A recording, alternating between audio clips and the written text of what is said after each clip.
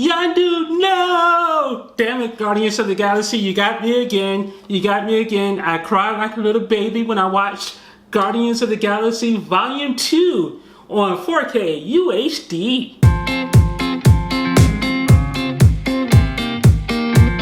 What's up, everyone? Michelle Alexandria here with the early review of Guardians of the Galaxy Volume 2 on 4K UHD. The fine folks at Disney Home Video sent me a copy of Guardians of the Galaxy, their very first 4K UHD, and wow, they didn't screw me, and it's awesome. Not only that, but they made a mistake and they actually gave me another copy by mistake a few days later. So you know what I'm going to do?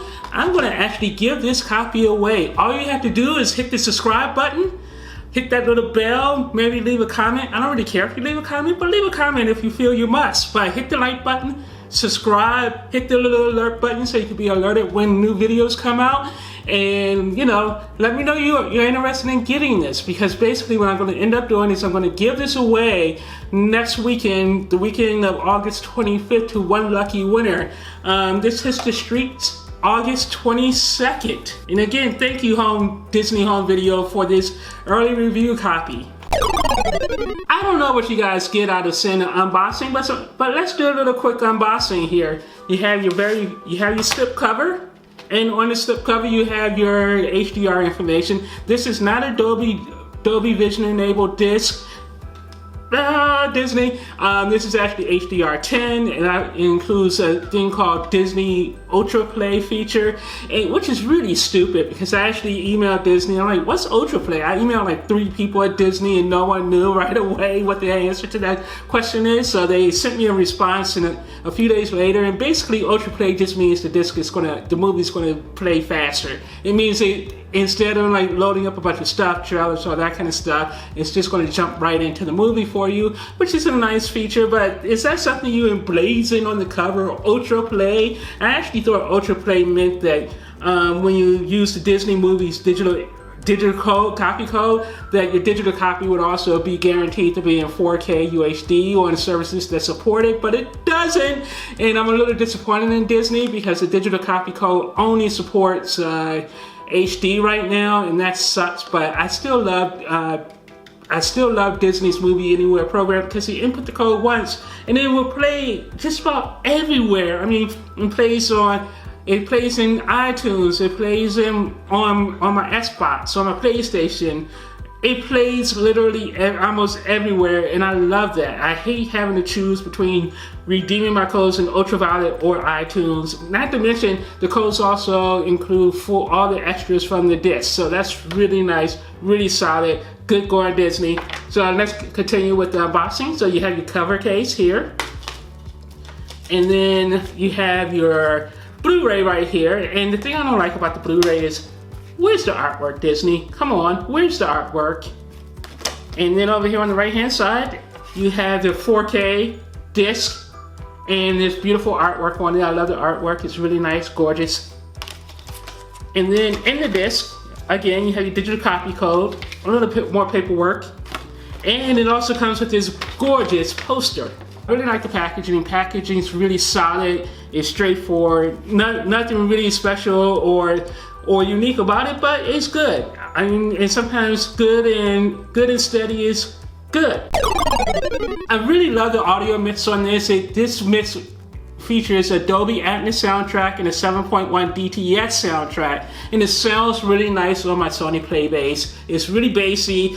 The virtual surround, I can actually hear stuff coming from the left channel and the right channel, and from the front left and front right, and it's really the bass is nice and even throughout. And again, I have a virtual surround sound Sony Playbase, so I don't even have a full home theater package, you know, and if it sounds this good on that, it's going to sound great on a real home theater package. I wouldn't say it's reference quality sound because it's wildly uneven. The first like 20 minutes of it, especially when they're on Earth, sounds strangely muted, but when they get into the planets and get into the meat of the story about 20 minutes later, it starts to pick up, and you can actually hear like some of the distinction between the 12-track audio mix that they use when they mix this thing. You start to really hear the differences, the mix a lot better midway through this, but it's kind of wildly uneven, which is why I wouldn't say it's reference quality, but it's solid. I really like it. Visually speaking, I'm not sure if the visuals on this disc are consistent. They used a lot of different cameras to shoot a lot of different scenes. Some scenes were shot on Phantom 4K cameras, others were shot in 70mm cameras, and they used Dolby Vision throughout the entire production process. Unfortunately, I don't get to see Dolby Vision because this release isn't in Dolby Vision, which is curious. But this is actually a 2K intermediary upscale to 4K, which is also strange since, again, it was shot in 70mm, and some scenes are actually in true 4K. So it makes the viewing experience a little inconsistent. Again, and I found the beginning of the movie not as sharp, but later on in the movie, you can actually see the difference. The sharpness is clear. The HDR is where this movie really shines. If it scenes on Eagle's planet, oh my God, it's gorgeous. They're lush. It's gorgeous. The color is popping all over the place. The problem is it's shot digitally, so there's a certain amount of fakiness to the entire experience as well. So while the HDR is really popping and the contrast is really nice, there's a lot of really nice bright whites and deep color going on. The fact that it's digital makes everything look a little antiseptic and a little too clean to me and a little flat. There's no moment where I watched this movie where I thought like 4K made its depth to everything that I watched.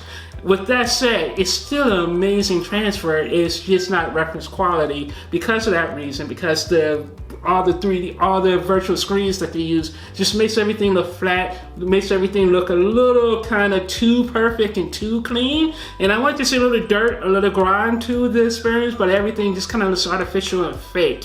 And that was my issue with the way this film was shot. But again, it still looks gorgeous. There are a lot of standout moments, like when they're approaching the planet and you see the ship, Eagle's ship against the red orange. It looks stunning on my TV. It really does. The colors are just popping all over the place, but it still looks a little fake to me. It doesn't look at all real.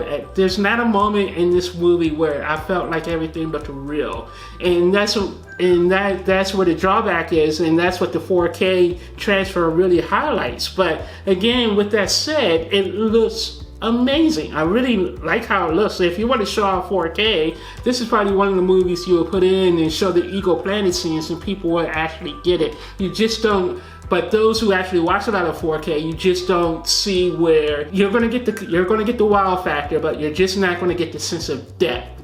And I would give the transfer probably like a B plus, maybe an A-, somewhere between there. It's kind of the same grade, but it's a nice transfer. You definitely want to have it in your collection, and considering this is Disney's very first 4K release, I'm looking forward to seeing what they do with the others. But again, it just feels like you're watching a factory movie. There are a chock full of extras on this disc, and I love every one of them. It includes the Making of Guardians of the Galaxy Volume 2, which is a 4-part behind the scenes documentary that totals about 40 minutes. There's a visionary intro with director James Gunn. It's about 4 or 5 minutes. There's not much to say about that. There's a director's commentary with James Gunn, and there's a music video, a funny music video disco video featuring David Hasselhoff, which is really funny and awesome. And then there's also this thing called, it's a 3-scene breakdown where they break down 3 scenes from the movie. Electra's escape, Gamora and Nebula and Rocket and the Ravagers. And each scene, if you really want to know about movie making, it's well worth picking up this disc just to watch that, because each of these breakdowns are like 20 minutes. So you get 60 minutes of information on actually how a scene is crafted and constructed, and it goes into great detail and depth, and it's really awesome. So the extras on this, I would definitely give the extras on this a solid A. Overall, should you buy Guardians of the Galaxy Volume 2? Hell yeah. I love the movie. I think the soundtrack is great. It's not reference quality, but it's a good soundtrack. Visually, there are some stunning moments in this. Absolutely no reason not to buy this. It's a well-rounded package. It's a solid effort, first effort from Disney Home Video. I would give this overall package a B+. And again, you can win this simply by hitting the subscribe, like, and alert buttons and leave a comment letting me know you want this. I'm going to give it away to one random user in the next week or so. So talk to you guys later. Bye.